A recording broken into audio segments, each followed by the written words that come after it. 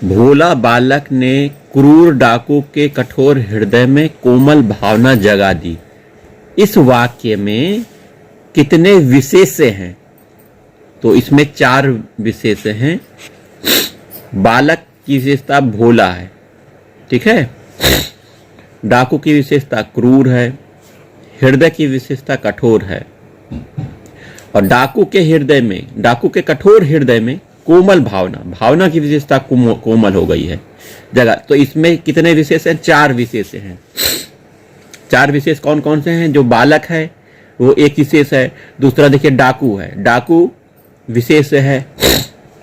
हृदय कठोर हृदय, तो हृदय आपका विशेष है और भावना आपका विशेष है। 4 विशेष हो गए, ठीक है। ए ऑप्शन सही है। निम्नलिखित में से एक विशेषण शब्द नहीं है। तो इसमें से विशेषण नहीं है। वरदान, वरदायक, वरद और वर्णीय, इसमें से एक विशेषण नहीं है। तो वरदान विशेषण नहीं है। वरदान एक विशेष शब्द है और ये सब वरद और वर्णीय, वरदायक, ये सब विशेषण है। निम्नलिखित में से एक विशेषण शब्द है। इनमें से एक विशेषण शब्द है। तो लाघव, लघुता, महत्व और महत। तो महत आपका विशेषण शब्द है। महत्व विशेषण है। लाघव, लघुता भाववाचक संज्ञा है। महत्व संज्ञा है। इस परीक्षा को काट दिया गया था, इस प्रश्न को, इसको हटाइए, आगे देखते हैं। निम्नलिखित में से कौन सा शब्द विशेषण है? तो चमकीला इसमें विशेषण है। किसी की विशेषता बता रहा है, चमकीला, तो चमकीला सी ऑप्शन सही है, ये विशेषण है। आइए इसकी व्याख्या देख लेते हैं। चमकीला शब्द विशेषण है। संज्ञा शब्द चमक में ईला प्रत्यय लगाने पर यह शब्द बना है। धर्म, जाति और धन शब्द संज्ञा है। इसके विशेषण है। धर्म का विशेषण है धार्मिक, जाति का विशेषण है जाति, धन का विशेषण है धनवान, धनी या धन का विशेषण है धनवान, धन का विशेषण धनी या धनवान है। कौन विशेषण विशेष्य की दृष्टि से कौन सा युग्म अशुद्ध है? गलत युग्म हमको छांटना है। तो गुरु शिष्य देखिए सही है, दीपक तेल सही है, मणिरत्न सही है, दृष्टि और दृष्टिवंत गलत है। पहला ऑप्शन आपका सही है। आइए व्याख्या देखते हैं। दृष्टि शब्द विशेष्य है जबकि विशेषण दृष्टिवंत है।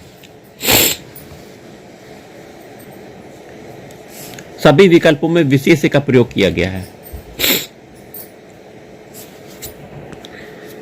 निम्नलिखित कथनों में से अशुद्ध कथन हमें छांटना है। पहला कथन है, जो केवल सर्वनाम की विशेषता बताए उसे विशेषण कहते हैं।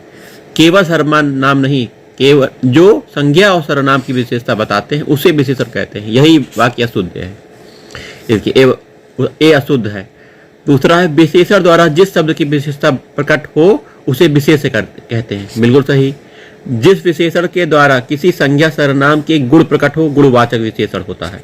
जो विशेषण विशेष और क्रिया के बीच आए उसे विधेय विशेषण कहते हैं। ये भी सही है।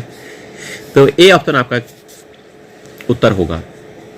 जो शब्द संज्ञा अथवा सर्वनाम की विशेषता बताता है उसे विशेषण कहते हैं। यहाँ कमीज उजली है। इस वाक्य में कमीज शब्द क्या है? तो विशेष है। कमीज विशेष है। कमीज उजली है, इस वाक्य में कमीज शब्द विशेष है। यहाँ उजली का प्रयोग विशेषण के रूप में किया गया है। बाजार में बहुत घोड़े आए हैं, इस वाक्य में विशेषण की दृष्टि से इसमें बहुत शब्द है। इसमें बहुत शब्द क्या है?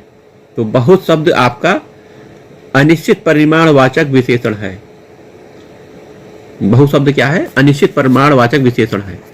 ये देखिए डी ऑप्शन सही है, अनिश्चित परिमाणवाचक विशेषण है। बहुत अनिश्चित परिमाणवाचक विशेषण है।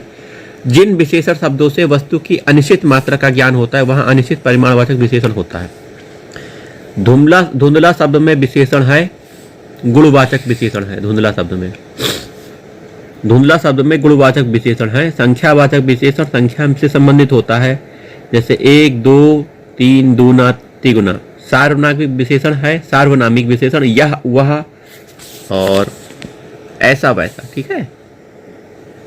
अगला प्रश्न है, आरओ में पूछा गया है, निम्नलिखित में से किस वाक्य में उत्तमावस्था गुणवाचक विशेषण विशेष का प्रयोग किया गया है? ठीक है। तो देखिए, परमानंद कक्षा में सबसे होशियार छात्र है। परमानंद कक्षा में सबसे होशियार छात्र है, छात्र का नाम है परमानंद। ये ऑप्शन सही है, ए ऑप्शन आपका। परमानंद कक्षा में सबसे होशियार छात्र है। इस वाक्य में उत्तमावस्था गुणवाचक विशेषण विशेष का प्रयोग किया गया है। परमानंद विशेष से है, सबसे होशियार विशेषण उत्तमावस्था गुणवाचक है। ठीक है, अगला प्रश्न, निम्नलिखित में से कौन सा शब्द गुणवाचक विशेषण है? उचित, पांचवा, तीन और कुछ। उचित होगा, उचित गुणवाचक विशेषण है। पांचवा क्रमवाचक विशेषण है और कुछ अनिश्चित परिमाणवाचक विशेषण है। तीन गणनावाचक विशेषण है। भरत सरीखा भाई मिलना कठिन है। इस वाक्य में सरीखा शब्द क्या है? तो सरीखा मतलब गुणवाचक विशेषण है। सरीखा शब्द गुणवाचक विशेषण है। सरीखा का अर्थ सदृश्य से है। ज्ञातव्य है जो शब्द संज्ञा या सर्वनाम के गुण, दशा, स्वभाव इत्यादि का बोध कराते हैं उसे गुणवाचक विशेषण कहते हैं। तो ए ऑप्शन आपका सही है। सरीखा शब्द में विशेषण है गुणवाचक विशेषण। हजारों लोगों ने उसे देखा, वाक्य में विशेषण क्या है? हजारों विशेषण है। हजारों लोगों ने उसे देखा, इस वाक्य में हजारों शब्द विशेषण है जो अनिश्चित संख्यावाचक विशेषण है। वह नौकर नहीं आया, इस वाक्य में कौन सा विशेषण है? वह नौकर, तो सार्वनामिक विशेषण है। वह एक सार्वनामिक विशेषण है। वह सार्वनामिक विशेषण है। यह, वह, कोई, ऐसा, जैसा, कैसा सार्वनामिक विशेषण है। ठीक है, चंद्रमा का पर्यायवाची है। तो चंद्रमा का पर्यायवाची सारंग, तुरंग, मतंग, भृंग। तो इसमें सारंग चंद्रमा का पर्यायवाची है सारंग। चंद्रमा के और पर्यायवाची आप लोग याद कर लीजिए। चंद्रमा के पर्यायवाची है विधु, कलानाथ, निशाकर, हिमांशु, शशांक, अमृत निधान, छपाकर, द्विराज, तारकेश्वर, इंदु, मृग लांछन, मयंक, कलाधर, सुधांशु, सोम, राकेश, मृगांक, रजनीपति, निशापति, चांद, रजनीकर, राकापति, महताब, निशानाथ, हिमकर, कलानिधि, सुधाकर, सारंग, शशि इत्यादि हैं। मतंग हाथी का पर्यायवाची है। तुरंग अश्व का पर्यायवाची, भृंग भौरे का पर्यायवाची है। शशांक शब्द पर्यायवाची है चंद्रमा का। ठीक है, चंद्रमा का पर्यायवाची इसमें से नहीं है। तो सुधांशु, सुधाधर, सुधाकर ये सब है। सलिल आपका चंद्रमा का पर्यायवाची नहीं है। सलिल जल का पर्यायवाची है, पानी का पर्यायवाची है। सलिल जल का पर्यायवाची। देखिए कौन सा गणेश जी का पर्यायवाची नहीं है? गजानन है, महाकाय है ना, गजबदन है, गजकाय नहीं है। तो गणेश के पर्यायवाची याद कर लीजिए। लंबोदर, एकदंत, विनायक, गणपति, हेरम, वक्रतुंड, गौरीसुत, मूषक वाहन, गणाधि, गजानन, महाकाय, गजबदन है, गजकाय नहीं। गजकाय गणेश का पर्यायवाची नहीं है। ठीक है, जंगल का पर्यायवाची इसमें से कौन सा है? तो कांतार जंगल का पर्यायवाची है, कांतार। ठीक है, जंगल का पर्यायवाची आप और याद कर लीजिए। दाव है, अरण्य है, कानन है, विपिन है, वन है, कांतार है, अटवी है। दाव, अरण्य, कानन, विपिन, वन, कांतार, अटवी। कौन सा शब्द वन का पर्यायवाची है? तो वन का पर्यायवाची इसमें से आप देखिए दाव है। देखिए दाव, देखिए ऊपर है दाव, अरण्य, कानन, विपिन, वन, कांतार, अटवी सब जंगल के पर्यायवाची हैं। स्त्री का पर्यायवाची इसमें से नहीं है। तो स्त्री को वामा, भामा, अबला भी कहा जाता है, ईरा नहीं कहा जाता है। स्त्री के पर्यायवाची याद करिए। नारी, वनिता, रमणी, कामिनी, वामा, भामा, अबला। ईला पृथ्वी का पर्यायवाची है। सरस्वती, ईला पृथ्वी तथा सरस्वती का पर्यायवाची है। आइए अगला प्रश्न, पर्वत का पर्यायवाची इसमें से बताना है। पर्वत का पर्यायवाची इसमें क्या है? तुंग है। पर्वत के अन्य पर्यायवाची याद कर लीजिए। पर्वत के पर्यायवाची है तुंग, गिरी, भूधर, धरणीधर, अचल, शैल, अद्री, महीधर, नाग, पहाड़। सॉरी, नग पहाड़ है, नग और पहाड़। तो इसमें आपको याद करना है नग, अद्री, ठीक है, धरणीधर। पर्वत के पर्यायवाची ये हैं। और सब महीधर, कुंजर, जबकि कुंजर, करी, मतंग ये तीनों शब्द हाथी के पर्यायवाची है। लक्ष्मी का पर्यायवाची है इसमें। देखिए लक्ष्मी का पर्यायवाची क्या है? सिंधुजा, जानवी, सुरसरी। तो इसमें सिंधुजा आपका लक्ष्मी का पर्यायवाची है। सिंधुजा, सी ऑप्शन सही है, सिंधुजा। लक्ष्मी की पर्यायवाची याद कर लीजिए। लक्ष्मी की पर्यायवाची है पर्यायवाची हैं क्षीरोदत, नया, रमा, भार्गवी, सिंधुजा, हरिप्रिया, पद्मा, इंदिरा, ये सब लक्ष्मी के पर्यायवाची हैं। जबकि देवपदा, पगा, सुरसरी, जानवी, जानवी, ये सब गंगा के पर्यायवाची हैं। कौन सा शब्द लक्ष्मी का पर्यायवाची नहीं है? तो रमा लक्ष्मी का है, कमला है, इंदिरा है, भारती नहीं है। भारती सरस्वती का पर्यायवाची है। ठीक है, भारती सरस्वती का पर्यायवाची है। इसके अन्य पर्यायवाची हैं शारदा, सरस्वती के पर्यायवाची शारदा, वाग्देवी, वीणा वादिनी, ये सरस्वती के पर्यायवाची बता रहे हैं। विद्या, बागीसा, वागेश्वरी, जबकि रमा, इंदिरा, कमला लक्ष्मी के पर्यायवाची हैं। कौन सा एक शंकर का पर्यायवाची नहीं है? तो ललाटाक्ष सही है, त्रिलोचन सही है, गंगाधर सही है, शशधर गलत है। शशधर का अर्थ चंद्रमा होता है। शशधर का अर्थ चंद्रमा होता है। ललाटाक्ष, गंगाधर, त्रिलोचन शंकर के पर्यायवाची हैं। शिव का तीसरा नेत्र ललाट पर माना जाता है, इसीलिए उनका एक नाम ललाटाक्ष कहा जाता है। कौन सा शब्द शिव का पर्यायवाची है? तो शिव का पर्यायवाची मदनारी है। शिव के पर्यायवाची महेश, महादेव, रुद्र, शंभु, उमापति, शंकर, आशुतोष, भाव, भूतेश, हर, त्रिलोचन, गिरीश, चंद्रमौली, मदनारी। देखिए मदनारी शिव का पर्यायवाची है, यही पूछा गया था। चंद्रशेखर, त्रिपुरारी इत्यादि ये सब शिव के पर्यायवाची, जबकि मदन, मनमथ, कंदर्प ये कामदेव के पर्यायवाची हैं। हवा का पर्यायवाची इसमें देखिए प्रकंपन हवा का पर्यायवाची है। प्रकंपन हवा के पर्यायवाची याद कर लीजिए। प्रकंपन वात, मारुति, समीरण, वायु, अनिल इत्यादि। जबकि चंचला बिजली का पर्यायवाची है। सुधा अमृत का, सुरभि सुगंध का पर्यायवाची है। नीचे दिए विकल्पों में से एक शब्द घर का पर्यायवाची नहीं है। तो भुवन घर का पर्यायवाची नहीं है। घर के पर्यायवाची शब्द हैं गृह, सदन, निकेतन, भवन, गेह, धाम, मंदिर, आगार, अयन, आयतन, आलय। जबकि भुवन संसार का पर्यायवाची है। आइए निम्नलिखित में से घर का पर्यायवाची कौन सा है? तो देखिए 4 ऑप्शन दिए गए हैं और घर का पर्यायवाची पूछा है। अयन घर का पर्यायवाची है। अयन है, आगार है, मंदिर है, धाम है, आयतन है, आलय है, गेह है, ये सब घर के पर्यायवाची हैं। तो अयन सही है। गेह शब्द पर्यायवाची है किसका? गृह का, घर का। वायु का पर्यायवाची इसमें से नहीं है, तो इसमें वायु का पर्यायवाची सुषमा नहीं है। वात है, समीरण है, पवमान है, सुषमा नहीं है। सुषमा पर्यायवाची आपका सौंदर्य का है, सुंदरता का। वायु का पर्यायवाची समीरण, समीर, प्रकंपन, अनिल, हवा, पवन, मारुत, बयार, वात, पवमान है। ये हवा के पर्यायवाची हैं वायु के। जबकि सुषमा सौंदर्यता का पर्यायवाची है, सौंदर्य का। हवा का पर्यायवाची इसमें देखना है अनिल, देखिए है सिंपल सा। युगों से चले आने वाले के लिए एक शब्द क्या है? तो सनातन है। हमारा धर्म हिंदू धर्म सनातन धर्म मतलब युगों से चले आ रहा है, तो डी ऑप्शन सही है। जिसे ईश्वर में विश्वास है के लिए शब्द क्या है? आस्तिक शब्द होता है। ईश्वर में विश्वास करने वाले को आस्तिक कहते हैं। जो व्याकरण का अच्छी तरह जानता हो, व्याकरण को वैयाकरण बोलते हैं, उसके लिए ए ऑप्शन सही है, वैयाकरण। व्याकरण के ज्ञाता को देखिए वैयाकरण, सी ऑप्शन सही है। ठीक है। क्षमा करने योग्य नहीं है उसे क्या बोलते हैं? अक्षम्य। जो क्षमा करने योग्य ना हो अक्षम्य शब्द है। ठीक है। पश्चिम और उत्तर दिशाओं के मध्य कोण को क्या कहते हैं? तो पश्चिम और उत्तर दिशाओं के मध्य के कोण को वायव्य कहते हैं। आइए व्याख्या देखते हैं। पश्चिम उत्तर दिशाओं के मध्य के कोण को वायव्य कहते हैं। पूरब और उत्तर के कोण को ईशान कहते हैं। ठीक है। और पूरब दक्षिण दिशाओं के मध्य के कोण को आग्नेय कोण कहते हैं। ऐसी जीविका जिसका कुछ ठीक ठिकाना ना हो तो उसे बोलते हैं आकाश वृत्ति। आकाश वृत्ति।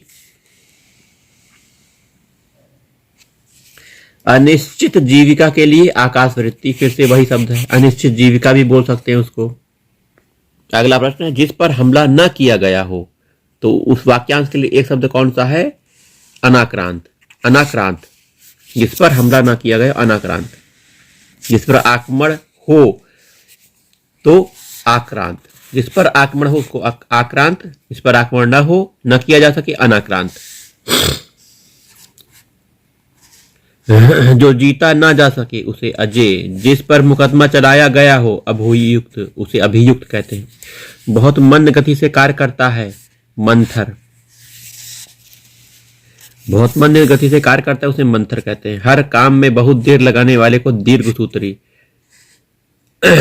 तथा शीघ्र को सत्वर कहते हैं।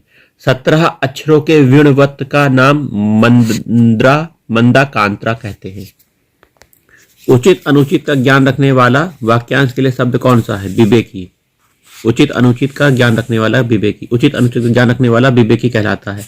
जो पुराण उपनिषद शास्त्र आदि का ज्ञान रखता है उसे ज्ञानी कहते हैं। जो आगे की सोचता है उसे दूरदर्शी कहते हैं। जो चालाक हो उसे चतुर कहते हैं। ठीक है। अगला प्रश्न है, जो अपने कर्तव्य का निश्चय न कर सके, किंग कर्तव्य विमूढ़, उसके लिए शब्द होगा। जो द्वंद्व में हो उसे द्वंद्वग्रस्त कहते हैं। ठीक है। जो भ्रम में हो उसे भ्रमित कहते हैं। जो दुविधा में हो उसे दुविधाग्रस्त कहते हैं। जो तत्काल कवि जो तत्काल रचना करते उसे आशु कवि कहते हैं। कवियों में श्रेष्ठ को कविराज बोलते हैं। कवियों के लिए महान महाकवि, कवियों का ईश कवीस। अव्यक्त शब्द के लिए प्रयुक्त एक वाक्य है। अव्यक्त शब्द के लिए जो व्यक्त ना किया जा सके 20। जो बोल नहीं सकता है उसे मूक कहते हैं। जो वचन या वाणी द्वारा कहा जा सके उसे कथनीय कहते हैं। जिसके बारे में कुछ न कहा गया हो उसके लिए अकथनीय शब्द है। जिसके हाथ में सूल हो, शब्द समूह के लिए एक प्रयुक्त शब्द क्या है? तो जिसके हाथ में सूल हो उसे बोलते हैं शूलपाणी। क्या बोलते हैं? शूलपाणी। निम्नलिखित में सर्वोत्तम वर्तनी का चयन करना है। सर्वोत्तम वर्तनी पूछा गया है। देखिए, गरिष्ठ सी विकल्प जो है एकदम शुद्ध वर्तनी वाला है, जबकि अन्य विकल्प में शुद्ध वर्तनी अशुद्ध वर्तनी है। गरिष्ठ देखिए ये ऐसे लिखा जाता है, ठा होता है। अब इनमें से आपको शुद्ध वर्तनी चयन करना है। एक शुद्ध है, 3 अशुद्ध है। अंजलि, अंजलि, अंजलि और अंजलि। देखिए अंजलि ऐसे लिखा जाता है। बी ऑप्शन देख लीजिए आप। अब इनमें से आपको शुद्ध वर्तनी का चयन करना है। मैथिली शरणगुप्त, मैथिली, मैथिली शरण, मैथिली। देखिए ये सी ऑप्शन आपका एकदम परफेक्ट सही है। मैथिली शरण, मैथिली। ठीक है। अब इनमें से आपको शुद्ध वर्तनी का चयन करना है। तो अनधिकृत ये गलत है, अनधिकृत ये भी गलत है, अनाधिकृत, अनाधिकृत और देखिए रुकिए अनधिकृत। तो इसमें से इन दोनों में से आंसर होगा अनाधिकृत होता है कि अनधिकृत होता है? अनधिकृत होता है, अनधिकृत रूप से। ठीक है। डी ऑप्शन आपका सही है। अब इनमें से आपको शुद्ध शब्द चयन करना है। जो शुद्ध कौशल्या होता है, कौशल्या, कौशल्या। डी ऑप्शन सही है, कौशल्या। अब इसमें से आपको शुद्ध चयन करना है। प्रेमचंद, द्रा नहीं होगा, प्रेमचंद। डी ऑप्शन सही है। अब इसमें से शुद्ध चयन करना है आपको। उत्तीर्ण, उत्तीर्ण ये ऑप्शन सही है। अब इसमें से आपको शुद्ध शब्द चयन करना है। देखिए लब्ध प्रतिष्ठ, लब्ध प्रतिष्ठत। ठीक है। तो लब्ध प्रतिष्ठ ये शुद्ध शब्द है। लब्ध प्रतिष्ठ देखिए आप ऐसे लिखा जाता है, लब्ध प्रतिष्ठ। आई निम्नलिखित में से एक शब्द की वर्तनी में हलंत संबंधी अशुद्धि है, वह शब्द कौन सा है? तो हलंत शब्द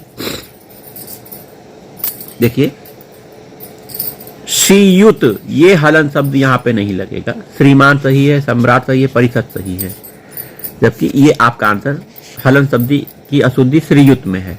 ठीक है। अगला प्रश्न है, निम्नलिखित में से शुद्ध वर्तनी वाला इसमें शब्द देखना है। तो शुद्ध वर्तनी कौन सी है? घनिष्ठ शुद्ध है। ईसा गलत है, चिन्ह गलत है, कवित्री गलत है। शुद्ध वर्तनी घनिष्ठ है, जबकि अशुद्ध वर्तनी वाले शब्द इस प्रकार है। देखिए ये देखिए, कवित्री गलत लिखा है, ऐसे लिखा जाता है कवयित्री। चिन्ह गलत लिखा है, चिन्ह ऐसे लिखा जाता है। ईर्ष्या देखिए ऐसे लिखी जाती है। ठीक है। अगला प्रश्न, निम्नलिखित में से अशुद्ध वर्तनी वाला शब्द देखना, इसमें कौन सा शब्द अशुद्ध है?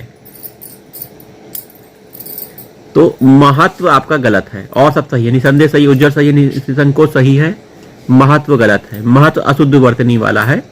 इसका शुद्ध वर्तनी देखिए ऐसे होता है, ध्यान से देखिए, महत्व ऐसे लिखते हैं। अशुद्ध वाक्य देखिए यहां पे लिखा है और ये शुद्ध वाक्य।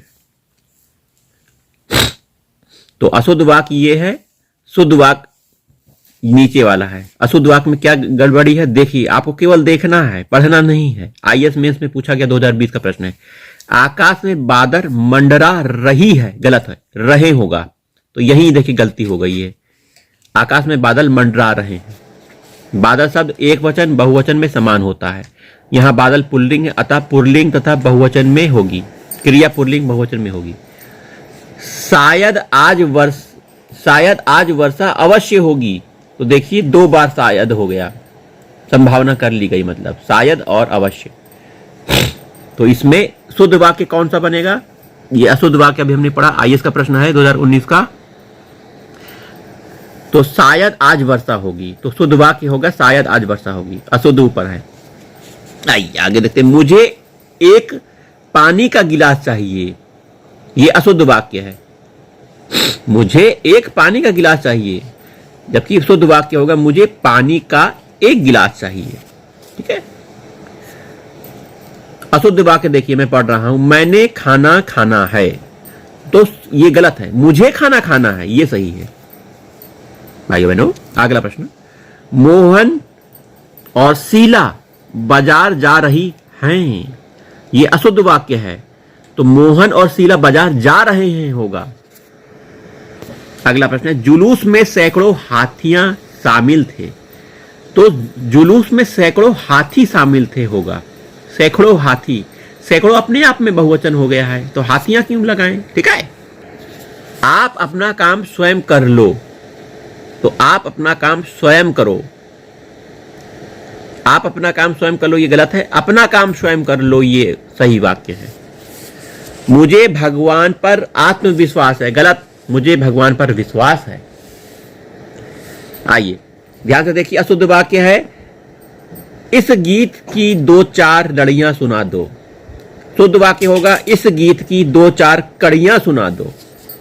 कड़ियां होगा, लड़ियां नहीं होगा। अशुद्ध वाक्य पढ़ने जा रहे हैं, ध्यान से सुनिए। मेरे को खाना दे दीजिए, शुद्ध वाक्य होगा मुझे खाना दे दीजिए। भाइयों बहनों,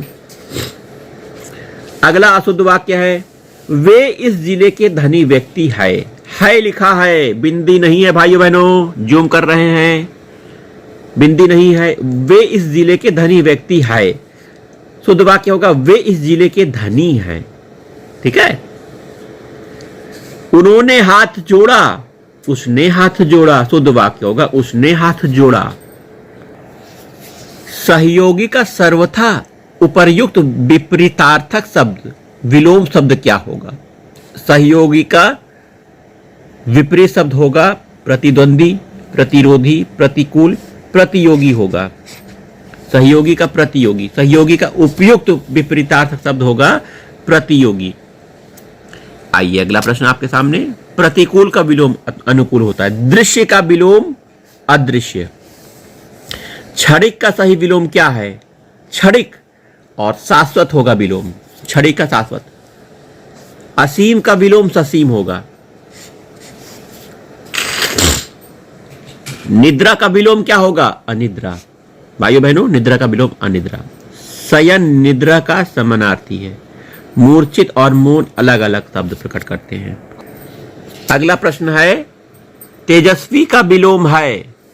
तेजस्वी का विलोम क्या है? निस्तेज विलोम है। देखिए, ज्येष्ठ का विलोम क्या है? ज्येष्ठ माने बड़ा, कनिष्ठ होगा, कनिष्ठ होगा। अग्रज अनुज का विलोम है अरिष्ट, इसके उपयुक्त शब्द नहीं है। कनिष्ठ का विलोम ज्येष्ठ होगा। शुष्क का विलोम आर्द्र होगा, शुष्क का विलोम आर्द्र होगा। आर्द्र का विलोम शुष्क होगा।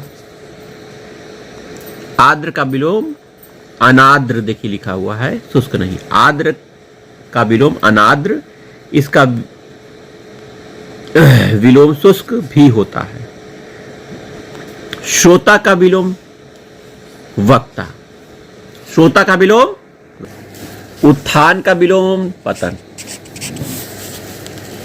उत्थान का विलोम पतन होता है। मानवीय का विलोम अमानवीय,